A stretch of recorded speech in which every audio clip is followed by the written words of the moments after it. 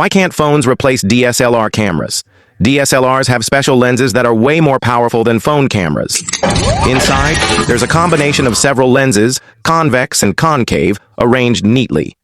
This combination is super important for giving you sharp images and accurate colors. So why do you need so many lenses? When light enters through a convex lens, the different colors tend to spread out, and they don't meet at the same single point. This makes the image look like it has a fake rainbow on the edges called chromatic aberration. Plus, light passing through the center of the lens and the edges don't meet, which makes the image blurry. The solution? Engineers put a concave lens behind the convex lens.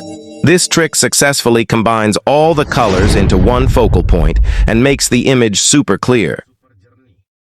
Between those lenses, there's a diaphragm. It's shaped like little blades. This diaphragm has two main jobs. First, it controls how much light is allowed in, which makes the photo brighter or darker. Second, it controls which part is in focus and which is blurry, creating a bokeh effect to make the photo look cool. For example, if you want to photograph 3 objects of different sizes, using a large aperture like f1.4 for each one separately.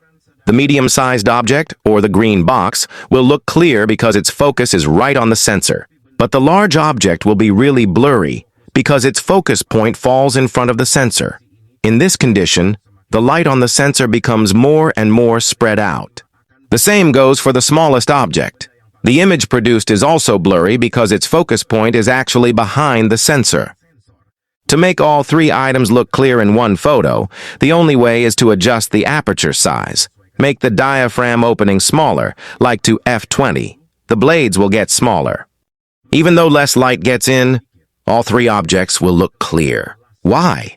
Because with a small opening, the light doesn't spread out too far. So the sensor captures all the objects in a sufficiently focused state, making the resulting image look sharp. So, what's the mechanism inside? Light enters through the lens, then hits a 45-degree angled mirror that directs the light upward. It enters a pentaprism, 5-sided prism. The light bounces around inside the prism, then exits through the viewfinder. That's why we can see the object we want to photograph. When we press the shutter button, the mirror immediately flips up out of the way. The light isn't reflected anymore, but goes straight to the back of the camera.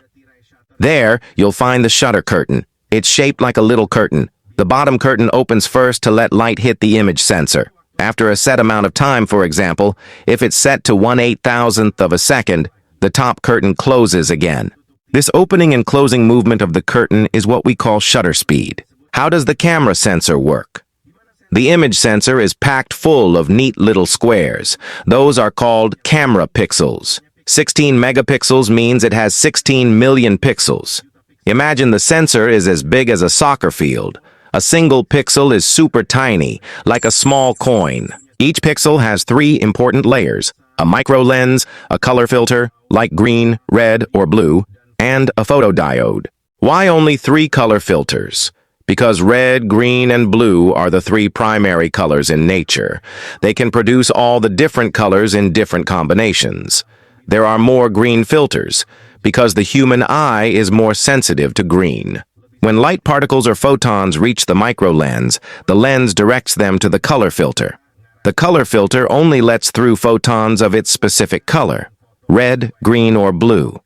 The photons that pass through reach the photodiode. They get converted into an electrical signal.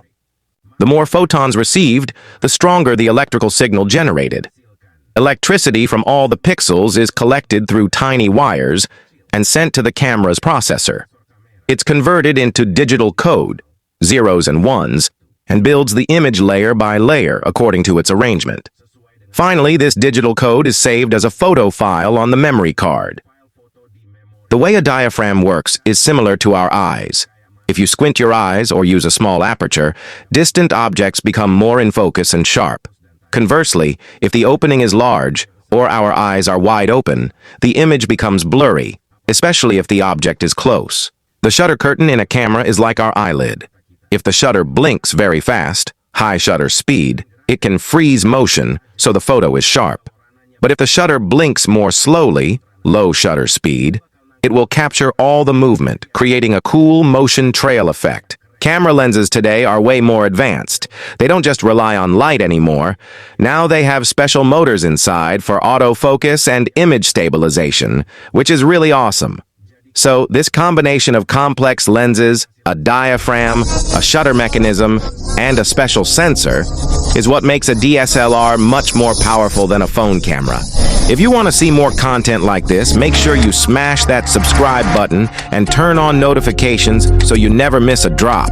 Catch you in the next one. Peace out.